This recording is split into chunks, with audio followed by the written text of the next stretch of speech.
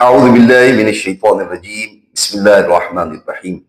جب ہم کتب تاریخ کا مطالعہ کرتے ہیں تو ہمیں کافی ایسے واقعات ملتے ہیں کہ فلاں شخصیت کو سرکار قائم آل محمد کی زیارت نصیب ہوئی، فلاں بندے کو وقت کے امام کی زیارت نصیب ہوئی، تو ہمارا دل بھی چاہتا ہے کہ پروردگار ہمیں بھی یہ سعادت نصیب فرمائے کہ ہم سرکار قائم آل محمد کی زیارت کریں۔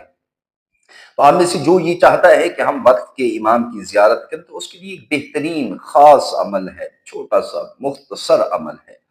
آپ انشاءاللہ اس کو بجا لیں، خداوند عالم آپ کو سرکار امام زمانہ علیہ السلام کی زیارت نصیب فرمائے گا۔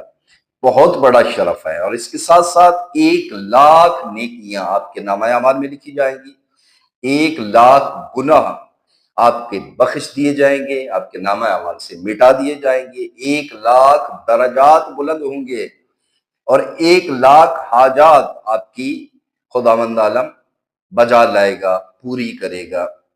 اور وہ عمل کیا ہے؟ وہ عمل یہ ہے کہ بروز جمعہ نماز عصر کے بعد آپ بیٹھ جائیں تشہد کی حالت میں 80 مرتبہ 80 مرتبہ محمد اور آل محمد پر صلوات بھیجنی ہے، درود پڑھنا ہے۔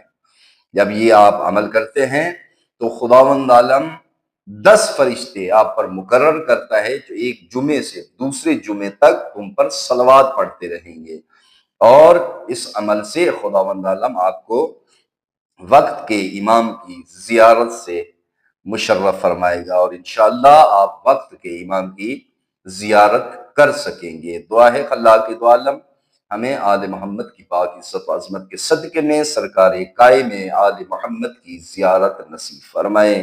السلام علیکم ورحمۃ اللہ وبرکاتہ۔